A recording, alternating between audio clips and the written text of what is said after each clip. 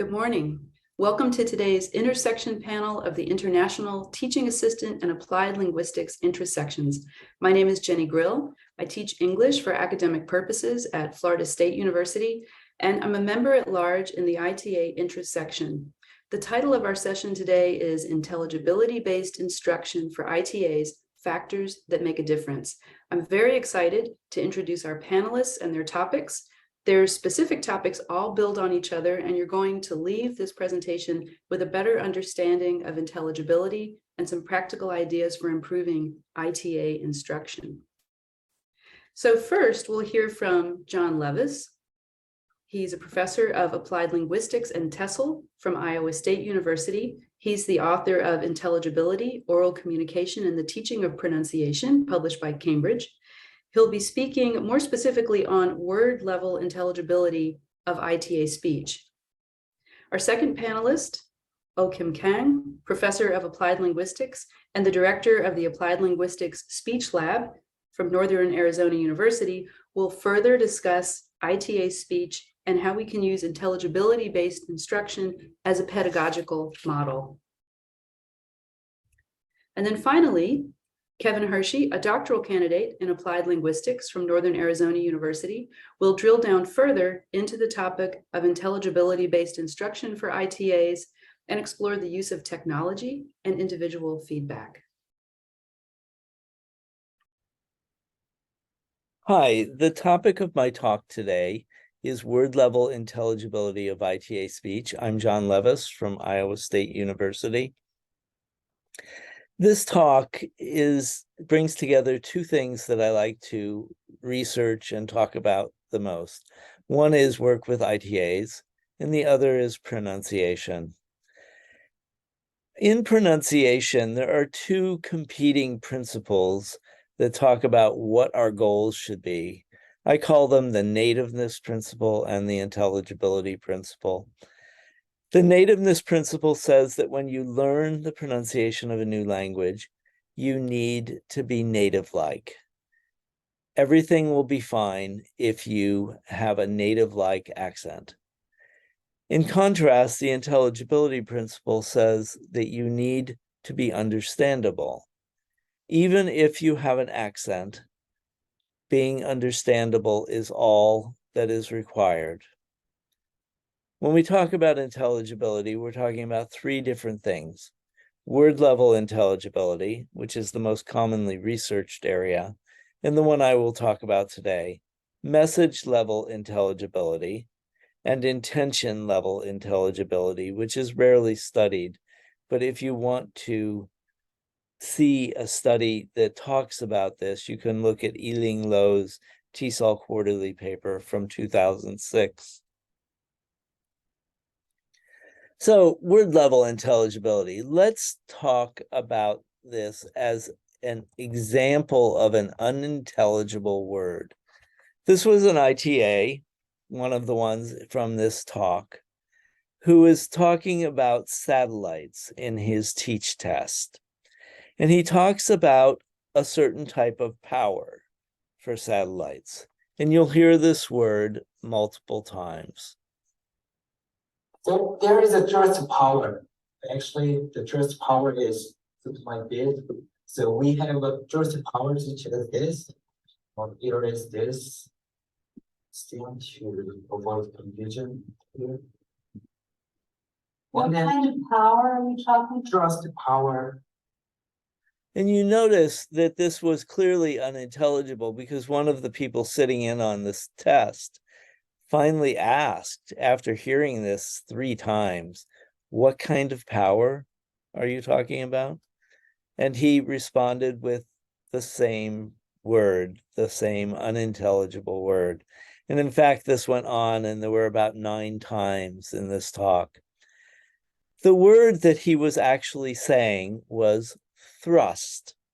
It sounded like zurist or jurist power, not thrust power. And this word, which was important for what he was teaching, just was not clear to almost anyone. So in this context, his word level intelligibility got him into trouble. He had a word that was important to his talk that he repeated many times. And as a result, the listeners couldn't pretend that they understood.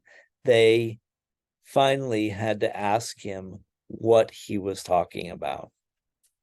There is a In ITA work, there is a central importance of words. In Smith, Myers, and Burkhalter's 1992 book, Communicate, that has been used in many, many ITA programs, word stress is the first pronunciation topic that they talk about.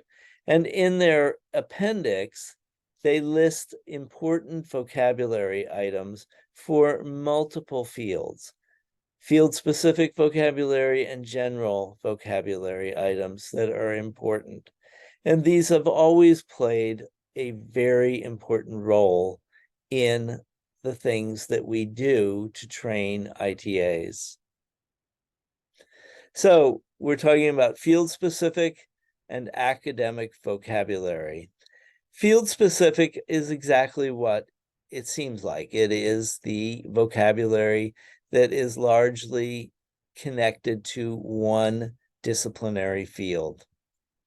So we have things like biology terms or civil engineering or math or industrial engineering or chemistry or economics, electrical engineering, economics, psychology, business administration, computer science, second language, sociology, statistics, physics, and mechanical engineering, among many, many more. And then we have general academic, or what Smith, Myers, and Burkhalter called sub-technical vocabulary. These are words like develop or development or consistent. And these are the kinds of words that we see in the academic word list by Avril Coxeed in 2000. And John Murphy and Kendall did work with graduate students, teaching them word stress using these general academic vocabulary terms. So my study included the teach tests of 23 Korean L1 ITA hopefuls. Each test took about 4 minutes and 45 seconds in length. There were 4 levels of performance for these 23. We had level 1, 2, 3, and 4. Each one had 6 except for level 4, which had 5. Each of these were graded this way by a live audience doing the test. Level 1 were complete pass. Level 4, complete fail. Levels 2 and 3 had restrictions on where they could teach. My expectation for what I was looking at was that proficiency/performance would correlate with fluency and intelligibility.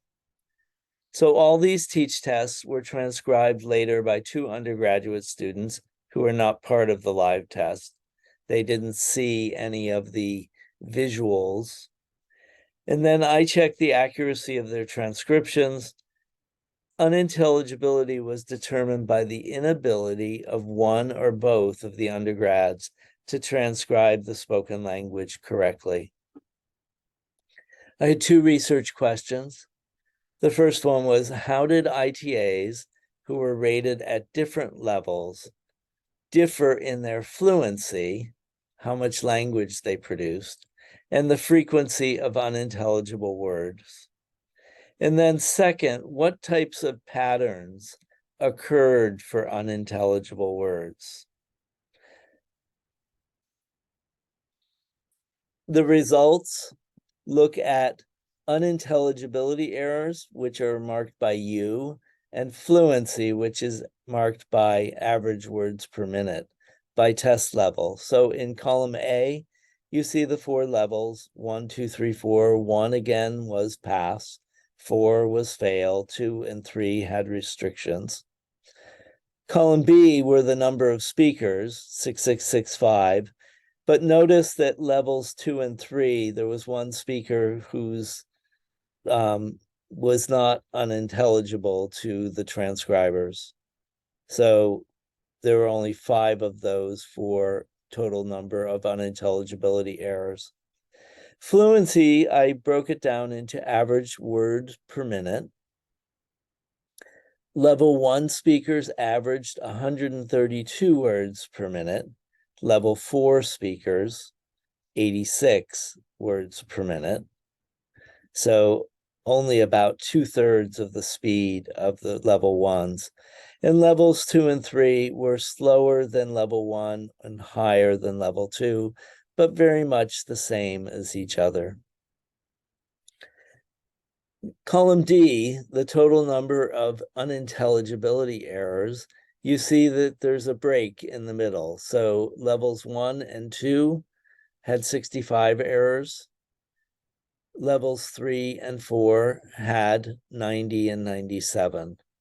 When we take an average number, because of the different numbers of people who had been found to have unintelligibility errors, we had 10.8 for level 1, still quite a bit. 13 for level 2, 5 into 65. 18 into level 3, so quite a jump between levels 2 and 3, and 19.4 for level 4. Notice that while levels 2 and 3 were similar in fluency, they differed in the average number of unintelligibility errors. And then when we break that down into a percentage of those words that were unintelligible, we have level 1 with 1.72, 2, 2.37, 3, 3.19, and 4, 4.77. So between about 1 in every 50 to 1 in every 20 words. This may not sound like a lot, but there is a study that was done by Labov and Hanau that was looking at international doctors of pathology who had to discover why someone died. And when they did that, they then recorded their notes, which was sent to a typing pool. And the typing pool secretaries got very frustrated with these pathology doctors. They had about an average of 2% words that were unintelligible. Okay, Labov and Hanau gave them treatment, a pronunciation class, and they got down to about 1.3% unintelligible. The typing pool people were quite happy with this improvement. But notice that the amount of unintelligibility that can cause frustration seems quite low. Okay, somewhere a little higher than our level 1s. Okay, but considerably lower than levels 2, 3, and 4. So what types of errors showed up? There were, as you would expect, word stress errors. There were errors in field-specific vocabulary and general academic vocabulary. There were errors where the words had high functional load segmental errors. So these are consonants and vowels that cause a lot of different minimal pair confusions. So not all segmental errors are equally important for intelligibility. For example, L and R have a lot of minimal pairs, so there's a lot of room for confusion. And they're much more important than things like fought and thought, the F and the. They have very few minimal pairs, and even if you mispronounce thought as fought, you're very unlikely to get confused as a listener. And then there were a number of variable errors, things like mispronunciation of names or not pronouncing multiple words together very clearly that caused the problems that we saw. So, word stress errors. Beth Zielinski in 2008 said that listeners, native English-speaking listeners, find that word stress gives them something to hang on to. And if people don't understand what's being said, they look for a word that has the same stress pattern. So the word that was being said here, there were several, I'm giving you just a few examples. Purpose, which was pronounced as purpose, was heard as reports. Terminology was heard as common knowledge. And if you know that these are Korean speakers, you understand that common knowledge often is how that might be pronounced. Consumer, pronounced as consumer, was heard as customer. Becomes was heard as equals. And then in an example of something that happened frequently, initialisms like LP, when pronounced LP and then pronounced with an R sound, Airby was heard as Airby, which was not easily understood. Field-specific vocabulary. In hospitality management, one of the person who wanted to say waitresses said waitrices and was heard as maitre d'. Switterions, which I still don't know what switterions are, were heard as winter ions. And then parasympathetic was heard as part simple setting. So keeps the exact same stress pattern. General academic vocabulary, same thing. Ocord was heard as ocode.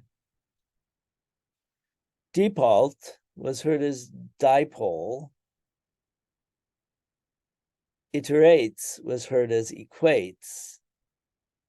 And then we have words that had high functional load, segmental errors. So these are word problems that had their root of the root of the problem was in the consonants and the vowels. So the actual word, data, was heard as delta. And we know that delta is used in math and other fields to mean the rate of change. So this actually caused a lot of trouble. Value, heard as variable, value.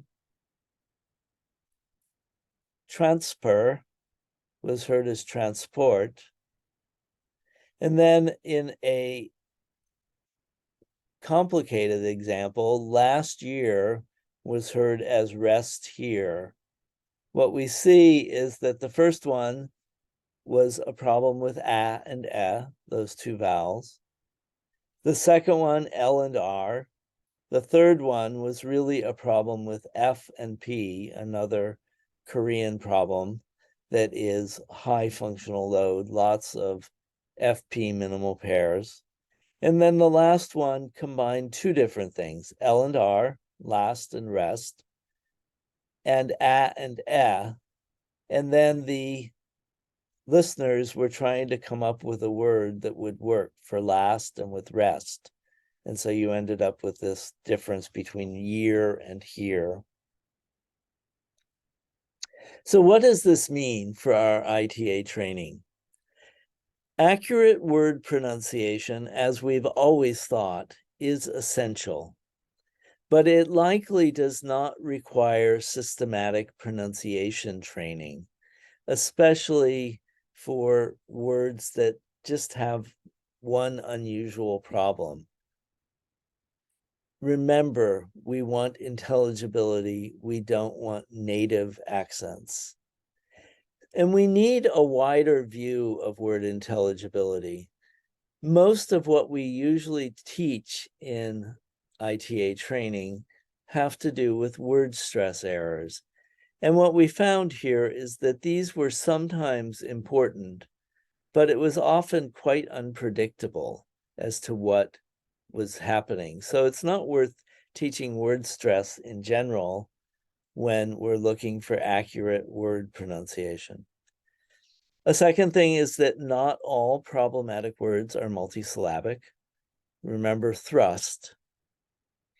And then teaching segmentals should be limited to high functional load items. Items like L and R, or P and F, or A and E. So here are my references. And if you want to know more about the teach test format, it's here in the appendix. Thank you very much.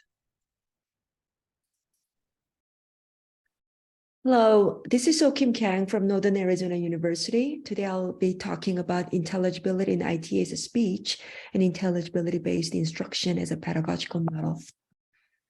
I'll start with some ITA issues and L2 speech constructs, talking about mutual intelligibility, listener variability a little bit, and talking about characteristics of intelligible speech, intelligibility-based instruction, and I'll end this talk with implications and future directions. International teaching assistants. In a culture of learning and the era of globalizations, ITAs are essential. They can boost academic quality of education available to our undergrad students. They can broaden relationships as well. In fact, learning from an ITA demands some degree of cultural and linguistic invested effort from US students, but many university students consider ITAs not as an opportune, but as problematic. And students' complaints are sometimes more of their stereotyped expectations rather than ITA's actual objective language performance. Some of the studies looked at these undergrad students' stereotyping issues, such as Kang in 2009, and sometimes their accent familiarity, topic familiarity can affect their judgments, their first language background, also their shared L1 effects. My recent study, 2021, showed that undergrad students being exposed to L2 speech or their study abroad experience or their stereotyping factors, having especially negative stereotyping issues can affect their judgments of ITA speech. And if they have a very negative experience with non-native speakers, can also affect ITA's speech evaluation. However, these new perspectives in global context can change our field. The role of English as an international language can lead to different perspectives to the field of TESOL, right? And global intelligibility is the key issue for successful communication in this international context. And our ownership of English doesn't belong to the inner circle countries anymore. And English is now a lingua franca. So let's talk about speech constructs. In L2 speech, we often see these three speech constructs, right? Comprehensibility is the perception of how easy it is to understand an utterance, and intelligibility is the perception of how different a speaker's accent is from that of L1 speech community. Intelligibility is more about how much the listener actually understands of intended speech. So although intelligibility and comprehensibility are closely related, it's not one-to-one correlation. And accent, especially, is partially independent of either of the other two dimensions. Again, accent means phonological difference, right? And comprehensibility means listener's effort. And intelligibility refers to the extent to which a listener understands an utterance. A well-known study done by Dong and Monod 1995, sorry.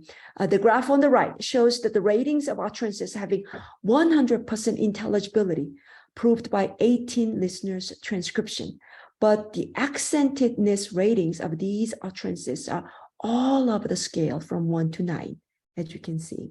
So this means that L2 speech can be completely comprehensible, but can be heavily accented. And once again, the number of English users who speak this standard accent, standard English, is now the minority. And scholars have been saying proficiency test, high-stake proficiency test now should incorporate other varieties of English in addition to this traditionally dominant British and American models. So this is one example. 2019, my research team did a study about TOEFL intelligibility listening comprehension test. 40 TOEFL test takers from 6 different countries took simulated TOEFL test by listening to 18 highly intelligible world English speakers. And the finding shows, especially if you see the bar graphs, the one with the circles, those are highly intelligible speakers. As long as the speakers are highly intelligible, these TOEFL test takers didn't have any significant listening test scores. In other words, their test scores did not differ between listening to inner circle speakers versus outer and expanding circle speakers. I did a similar study with a Duolingo listening test, especially for the listening portion. In this case, we used 24 highly intelligible speakers from 6 different countries, 4 speakers from each country, and 40 listeners from each country, making 160 listeners. You see this graph. Dictation 1 means listeners listening to the inner circle accent. Dictation 2 means listener listening to their own, share their one accent, their own accent. Chinese listener listening to Chinese accent. Dictation 3 means listeners listening to other varieties of accent. You see the slight uptrend in the middle, but there were no significant differences. Basically, as long as speakers are highly intelligible, once again, there's no significant difference in their listening test. This is about their attitudes toward World English's accents, especially in this Duolingo listening test. 160 listeners showed some of their preferences. You can see the one on the very far box plot, the green one, is the Mexican listeners. They showed especially positive trends, saying, they really wanted to have a different varieties. Overall, however, if you look at this gray box on the right, 54 responses showed acceptability of non-standard accents in their Duolingo test. And 70% of the responses, especially from India and Mexico, they implied happiness with non-native English accent.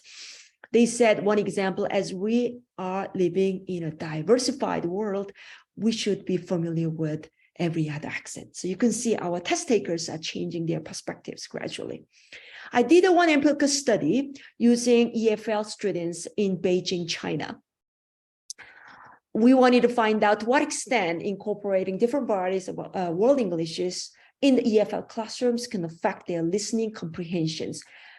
About 110 students in Beijing preparing for the IELTS test participated in this study. Half of the students, pretty much 51 students, listening to varieties of accent, preparing for the IELTS listening test, and 59 students listening to only American and British accent.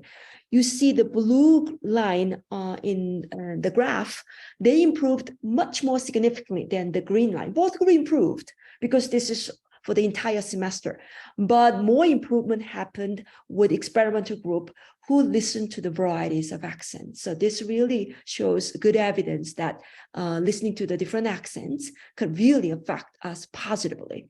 However, this very recent study, we asked 120 English teachers all over the world. You see the purple portion in the map, they participated in this study. We looked at their attitudes toward including varieties of English accent as pronunciation model or listening model in their classrooms. You can see the very first box plot, the red one is their most preferred accent, which is American and British accent, which is not surprising. And mostly they mentioned that the reason that I still want to use this prestige accent is because students and learners still want to have that. So we can see there are a lot to change in the field. What is global intelligibility? Being intelligible does not mean accent-free, right? So we know that. Mutual intelligibility does not reside solely in the speaker or just the listener, rather in interaction between the two. That leads to global intelligibility. Intelligibility can vary according to the audience. We know that, right? And I also mentioned listeners' bias related to intelligibility judgment. However, when we ask our learners, I briefly mentioned this, we still have these problems. When miscommunication happens, our learners often blame themselves. It's my English that is the problem. But oftentimes, according to my research, listeners are the problems. For the successful communication, the responsibility for the effective communication between native speakers and non-native speakers doesn't just lie with one person. It lies not only with the former as speakers, but also with the latter as active, responsive, and unprejudiced listeners. Why? Because the communication is a two-way street. So that's what I want to argue. Then what are the characteristics of intelligible speech? Of course, segmentals versus super segmentals. Segmentals, we have a lingua franca core. I'm going to briefly mention this, and also functional load theory. Some of you might have heard this concept. Basically, it ranks segmental contrasts according to their importance of an English pronunciation. So p and f, pat versus fat, that brings different meanings. But thank you versus thank you. All means thank you. We understand that. So some contrasts are more important than others. Super segmentals, we know speech rate, fluency features, lexical stress, rhythm, prominence, sentence stress, and intonation. Those features have been emphasized very heavily in the field. First, lingua franca core. Jennifer Jenkins mentioned some features much more crucial for the successful communication. Like I mentioned, TH sound is not very important, but consonant cluster is important. Vowel length contrast, feel, those are important. And lexical stress, nuclear stress are important. Other scholars mentioned something similar.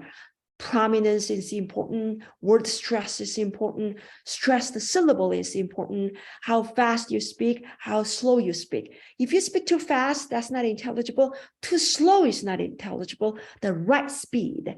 Sometimes scholars have been saying the curvilinear relationship. There's an optimal point, like 3.4 to 3.8 syllables. That seems to be the ideal speech rate, for example, and some intonation variation.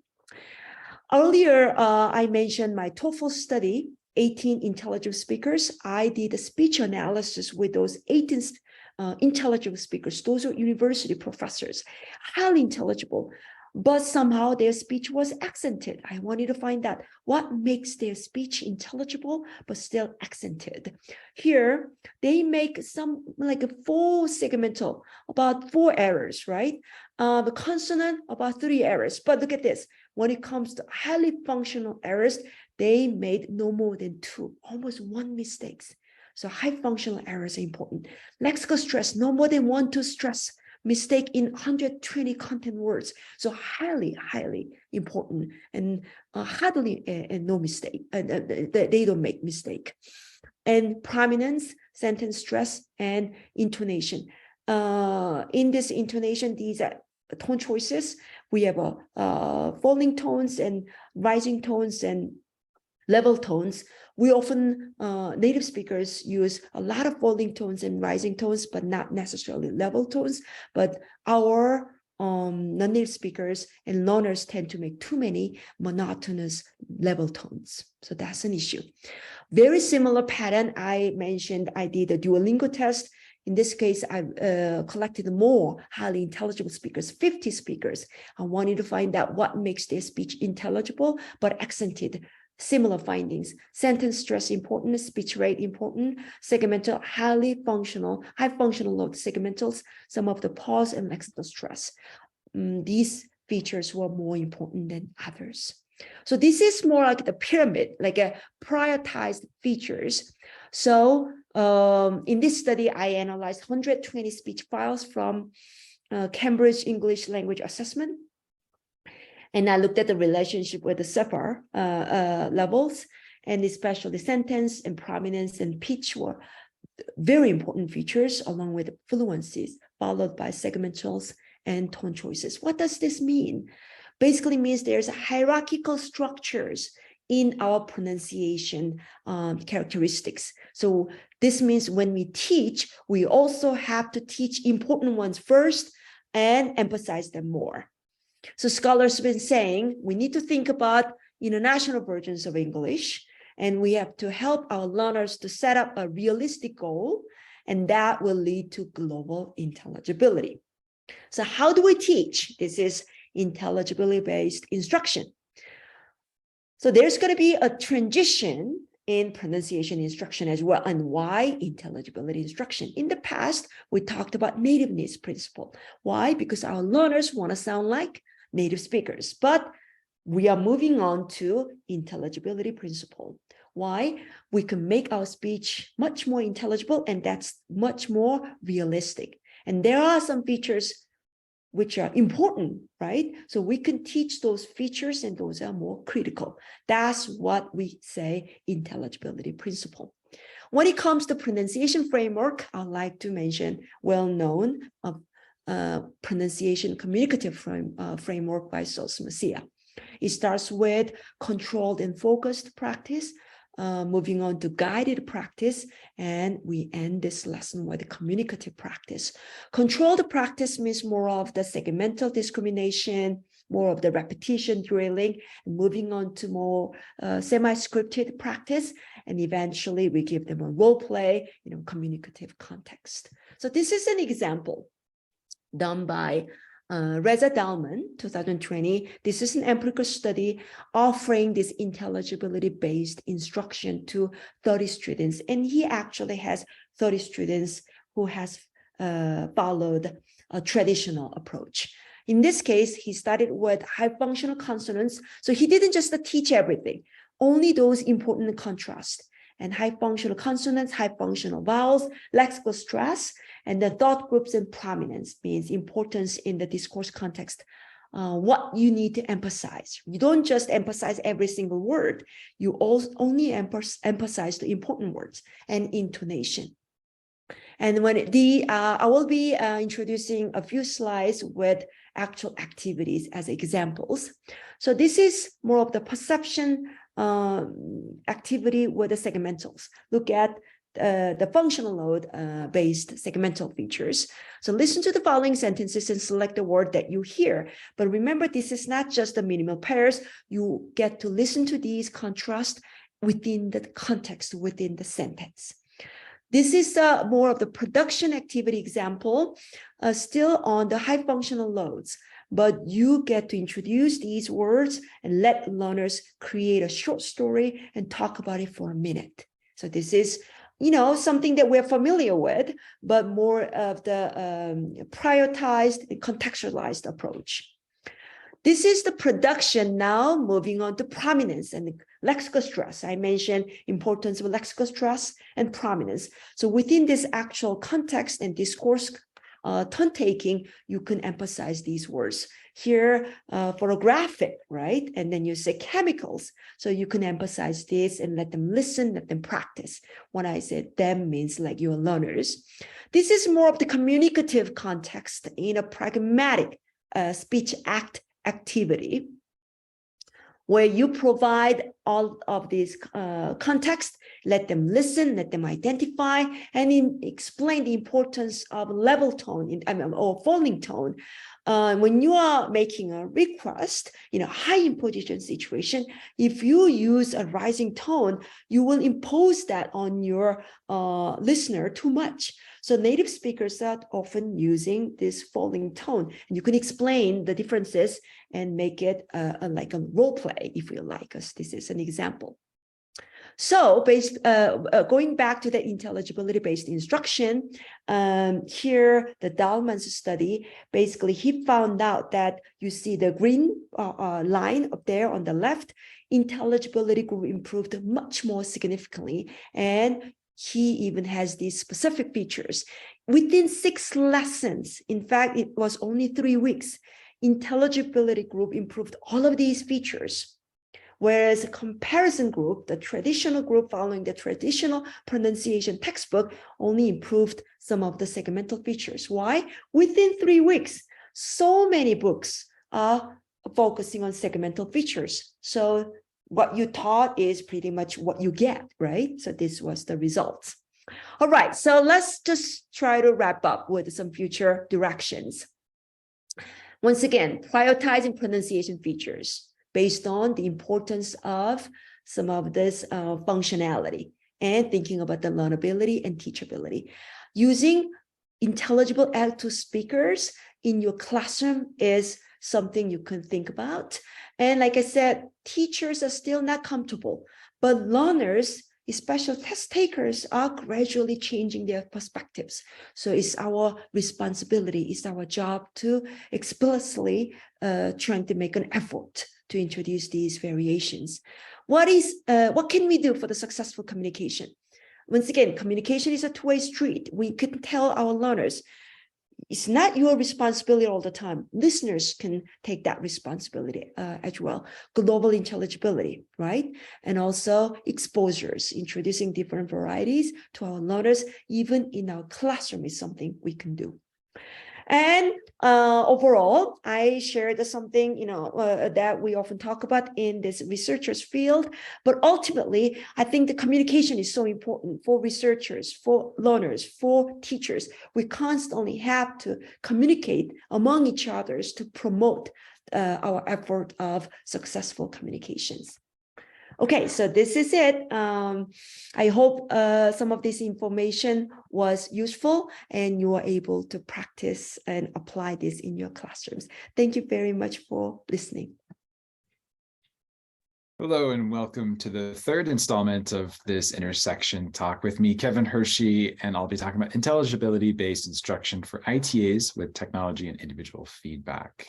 So before I dive into that, I'd like to outline what I'll talk about. First of all, I'm going to report on some recent findings that we have about the features of intelligibility for former and successful ITAs, as well as pre-service ITAs. And then I'll talk about technology-assisted practice efforts that we've been looking at with a few different groups as well, including a speech rate analyzer tool and then formative feedback. Before I dive in, I'd like to talk about our research team, which includes myself, Dr. Oh-Kim Kang, who you just heard from, John Hansen, and Stephen Looney. And this is funded in part by the NSF Rettel grant. So let's dive right into the features of intelligibility. Well, these are covering some recent findings from both highly intelligible former ITAs as well as pre-service ITAs. And I want to specify that this is about the North American context. And as we just saw, we're focused on the intelligibility principle. We work in this paradigm of trying to distinguish intelligibility from comprehensibility and accentedness, although we recognize that they are intricately linked and somewhat overlapping constructs. We do think that super segmentals are important for comprehensibility. We have quite a bit of evidence for that. And then as we just saw, we also know that they're important for intelligibility. So as we think about the different type of super segmentals, and we can kind of cross out segmentals from this inverted pyramid that we saw just a few minutes ago, we can think about things like sentence stress, rhythm, lexical stress, speech rate, pauses, false starts, or rising and falling tones. Today, I'm just going to focus on 3 of these, and that is lexical stress, speech rate, and pauses. So let's look at some data from speech rate of former and successful ITAs. For this, we asked 30 ITAs or former ITAs who had successfully graduated the program, were in faculty positions, etc., to answer 7 questions in an online survey with a spoken recording component to it. And our first question was actually a read aloud, so scripted speech, and we saw an average of about 3.5 syllables per second with a range from 3.2 to 4.5. However, for the other samples that we got from these formerly successful ITAs, we saw a speech rate of about 3.14 syllables per second. So as we would expect, a little bit lower. Some of this involved pauses for thinking time, or not really, ITAs not really sure what to say next. So we did have to incorporate that into some of our results. So we have here a little bit of an outline of targets of what we need to do for our pre-service ITAs, and I'll talk about them next. So for this next component, I'll talk about, we had pre-service ITAs record speech samples, which were given to raters and coders. So we had 68 pre-service ITAs from a wide variety of backgrounds and different institutions across the United States. They provided 321 recordings, which were somewhere between 2 and 15 minutes long. Most of these were components or parts of their ITA training courses. So they might have been micro-teaching practicing tasks or in-class presentations, sometimes a video journal conducted at home, those sorts of things, as well as speaking tests. And then we had 15 trained raters listen for accentedness, intelligibility, and comprehensibility, as well as 6 coders, and we did acoustic analysis as well. So let's look first at speech rate. When we compared speech rate to intelligibility, we find some really interesting and nonlinear relationships. And that is that, first of all, we see that speech rate has a larger impact on comprehensibility and accentedness than it actually does intelligibility. But what's interesting is we don't see the intelligibility line really reach that 100% mark, fully intelligible, until we get to a very high speech rate. And actually, we can imagine a little bit of a curve that goes beyond what we were able to observe in this sample, and we can imagine that there might be a speech rate that is too fast. And we've seen this in some previous studies as well. So there's likely a target for a speech rate around 4.5 or 4 syllables per second, and we don't necessarily think that the faster we go, the more intelligible or more comprehensible the speech is. So let's look at pauses, and in particular, silent pauses. And here we have a different relationship that emerges. All 3 constructs were kind of impacted by really long pauses, but we see that there's a range that's not quite impacted below 0.75 seconds on average. So these are averages for all the pauses within a 30-second window of that speech. Most severe impacts were on comprehensibility, and then we see a kind of a large range for this mostly intelligible speech. However, once again, it's not until we get to the very shortest pause lengths that we see something approaching 100% intelligible. And we just don't have a lot of data points at this point in time to really generalize to say that this is the most important. We do see some examples of very highly intelligible speech that has some longer pauses. What we don't know from this data is where these pauses are. Are they within a clause or at the end of the clause? Are they a topic shift? Some of these pauses can be strategically placed to increase comprehensibility and intelligibility, while other ones might detract. We'll talk about some other ways to look at this in a moment. I also want to mention, I already mentioned that very low pauses averages might be required for highly intelligible speech. Finally, let's look at lexical stress. So this is percent correctly stressed as determined by human coders, and norm to 100, as well as the different ratings that we have for accentedness, comprehensibility, and intelligibility. And we see that highly intelligible speech means very few lexical stress errors. And in fact, our confidence interval for this observed data doesn't even approach 100 at the highest mark here. So we still have other intelligibility issues going on in the speech, even if in the speech samples, even if we have fully accurately expressed lexical stress. Also, it impacts comprehensibility and accentedness to the most from what we can see so far to accentedness. So how can we summarize this? First of all, we can think about a few targets. From the data we've seen from these two studies, we know that a target speech rate is most likely around that 4 to 4.5 syllables per second. If we look at the three different constructs we're interested in, intelligibility, speech rate is important for intelligibility, but it actually seems to impact comprehensibility and accentedness more.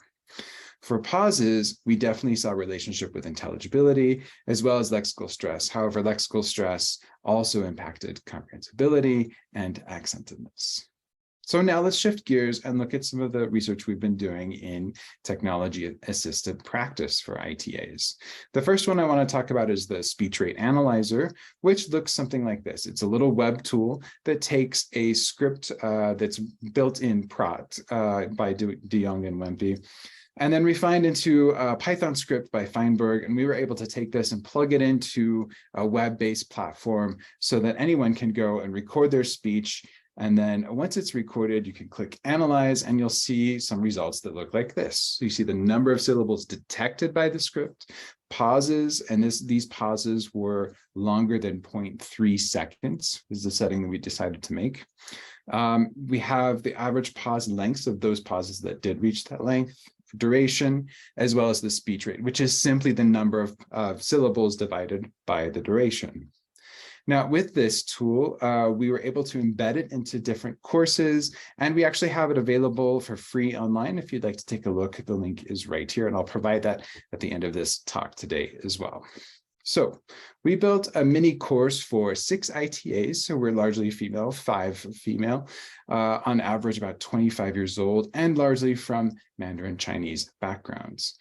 For this mini course, which was entirely online, we had a pre-test, post-test design to see what sort of impacts were detected or made by this training. We had 4 common lessons which were created in a Moodle course, and these were about speech rate and thought group, so where to place that pause accurately. And all of those included feedback using the speech rate analyzer. We also took samples from the pre-test that were unscripted and used that speech, so the exact ITA speech, into individualized lessons. And in this case, we were able to kind of target the specific topic that ITAs were interested in and give them feedback on those, the features or the issues with thought groups and speech rate within that domain. So we also had some famous phrases from some of our favorite pronunciation textbooks that allowed for these ITA learners to listen to another model non-native English speaker, and then use the online recording widget to record, analyze their result, and then look for a specific target range. It was kind of this iterative process of trying to reach a specific goal. These also had personalized feedback from the researchers that were embedded into this, so a little bit labor intensive. In order to look at the pre-test and post-test recordings, we had 4 trained expert raters who looked at our favorite constructs of intelligibility, accentedness, and some supersegmental features, as well as a bit of acoustic coding to accompany that. I'll just highlight a few of the results really quick. So for scripted and for unconstrained speech, when we separate them, we see significant results or significant differences in thought group formations as detected by the raters. And this is fairly impressive given that we only have 6 speakers for raters, and they don't know if this is coming from the pre-test or post-test. It's entirely randomized and counterbalanced. However, we didn't detect something about the kind of appropriate speech rate and changes here from the raters from the pre-test to the post-test, even though we see positive trends in those across these 2 types of speech. When we look at intelligibility and accentedness, we actually see no change whatsoever in accentedness, no trends of changes, but we do see a trend of change in intelligibility despite not detecting statistical significance here. Let's look at the second study that we've done about technology-assisted formative feedback. And in this case, it's part of a larger project that we'll be publishing on and talking about at other conferences as well. But I'm going to focus on some of the pre-service ITA components for this. So we collected speech and we analyzed that speech using a number of technological tools, as well as human raters, coders, and listeners to create a feedback form that looked something like this. So it included kind of a summary table of each speech event, i.e. each recording that we received, as well as an overall summary of the intelligibility score based on human listeners. We gave a speech rate based on acoustic analysis, and then pauses on average for all the pauses that were greater than 0.3 seconds. And then kind of a summary of where those pause location existed. And you can see on the right here, we actually gave their actual pause pattern using some transcription tools that we employed, and then a target pause pattern that had their speech transcribed with pauses in places at the end of clauses, at the end of phrases, at topic shifts, etc. So people could see what they should aim for those pause locations.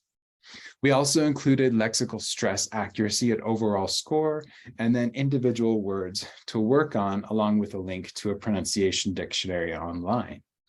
And then you can also see we have the goal kind of outlined on the right side. So this is a target range based on those studies that we talked about earlier. So I'm going to give you a preview of the results. We have a lot more results coming from this project, but for this I had 54 ITAs and 180 recordings that were before or after feedback, some sort of repeated activity where there's a practice and a presentation, or micro-teaching practice done at home, and then one done in the pre-service ITA course, as well as some of these were part of a control group, so we can see what the differential effects are of this feedback. So we're going to look at speech rate, pauses, and lexical stress accuracy. So for speech rate, once again, for each recording, the ITA received their specific speech rate as well as a range to aim for. When we look at the experimental and control groups here, we actually see positive trends in both groups. And this isn't surprising. When we repeat something, we know it better, we have less pauses, less hesitation, and we're able to speak faster. However, the experimental group has a slightly higher slope here. So we do think there is a positive differential effect. And we see overall they're approaching that target range, although some of them are quite slow to start off with. A lot of these have to do with long pauses, while in a practice recording, a pre-service ITA individual was working through some content or kind of reformulating phrases and those sorts of things. So a lot of that was corrected by the second recording. So let's look at pauses. Once again, we're specifically focusing on silent pauses, although we do have some filled pause data to talk about later on, not today. And we gave a lot of information about pauses. So we gave an average pause length. And once again, this is only pauses over 0.3 seconds, and a pause length average range based on some of the preliminary studies we've done with the highly intelligible informants. And then the pause location based on their actual speech, and then an idealized version of that. And we see, again, both the control and experimental groups had a decrease in their average pause duration. However, we do see a greater slope for those who received feedback. And it's not surprising that just by repeating something, a lot of these ITAs are able to kind of approach that target zone and reduce their pause lengths. However, we do think there might be a slight differential effect for this type of feedback. Finally, I'll talk about lexical stress accuracy. Once again, we gave an overall score as well as individual words and a target range 98%, which we think is really important for highly intelligible speech. We had an interesting thing emerge here where our control and experimental groups didn't start off at the same place. However, we see even more divergence after that, where our experimental group increased close to 95, 96% accurate, which is somewhat getting close to that 98% accurate, whereas the control group really stayed the same at close to 89, 88% accurate. So we would say this is a fairly major difference for those who received feedback. So what does this all mean? When we're thinking about technology-assisted feedback, or really any kind of feedback on pre-service ITA or ITA speech, we can think about the teachability and learnability of some of these features that we know are important for intelligibility. So perhaps there's a salience factor that comes into play with thought groups and lexical stress, where speech rate seems really difficult to grasp, even though we can measure it with our speech rate analyzer. Kind of the components that go into that might not be as salient for ITAs. We also have the importance of learner-specific feedback. We see how differentially that really helps when we take specific learner speech and provide information about that. Specifically, lexical stress is what we saw here. Using learners' own utterance was also really positively received by the 6 learners in the small Moodle study that we did. And finally, we can think about what's the role of technology and teacher feedback when we have this kind of continuum of providing instruction through technology or assisting learning efforts. So we hope to provide additional tools and resources from this project, so stay tuned to this space. Thank you so much for your attention. We'll be in the chat after this to answer questions, or feel free to contact me by email, kevinhershey@nau.edu. Thank you.